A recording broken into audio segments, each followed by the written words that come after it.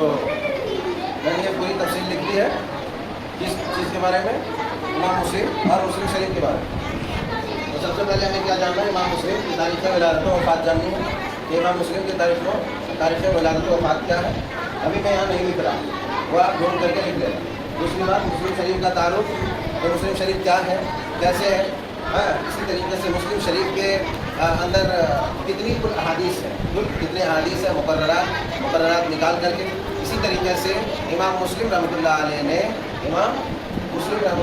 نے کتنی احادیث میں صحیح حدیثیں جو ہے منتخب کی ہے، کیا امام مسلم نے کتنی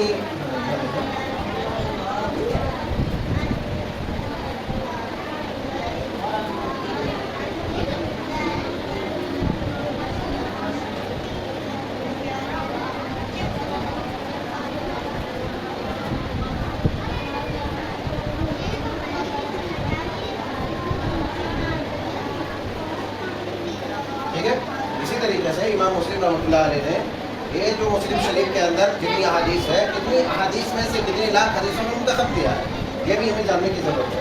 اسی طریقے سے مسلم شریف ہم پڑھ رہے ہیں، تو مسلم شریف کا پورا نام کیا ہے، مسلم شریف کا پورا نام کیا ہے، یہ بھی ہمیں جاننا ہے۔ اس لیے کہ جو کتاب ہم پڑھ رہے ہیں اس کے بارے میں ہمیں یہ معلوم ہونا چاہیے کہ اس کا مکمل نام کیا ہے۔ اسی طریقے سے میں نے بتلایا تھا کہ جو کتاب ہم پڑھ رہے ہیں وہ کتاب کس فن میں، یہ کتاب فن حدیث میں ہے، کچھ تاریخ میں ہے، کچھ فقہ میں ہے، اسی طریقے سے دوسرے فنون میں ہے، تو وہ فن جاننا ضروری ہے کہ سبجیکٹ میں ہے۔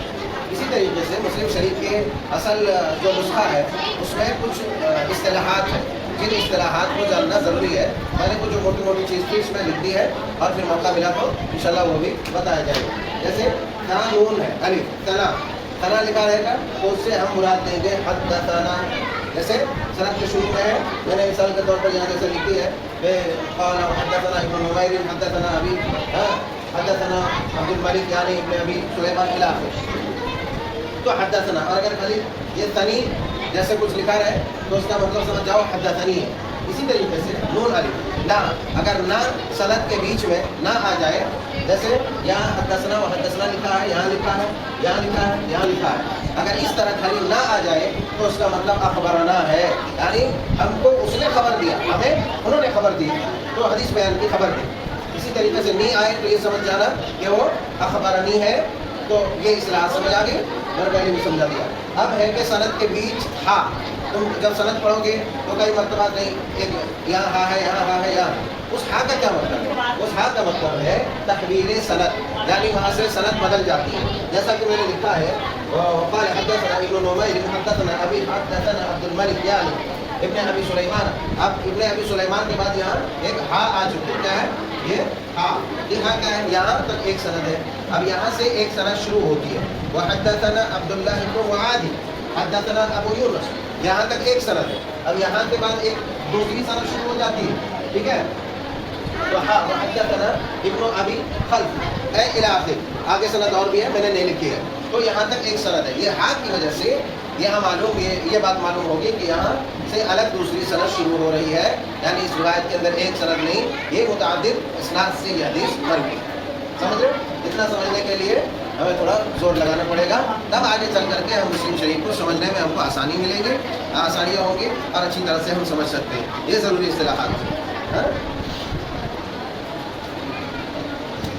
ایک ہے کتاب، جیسے ایک ہے کتاب، جیسے کتاب اللباس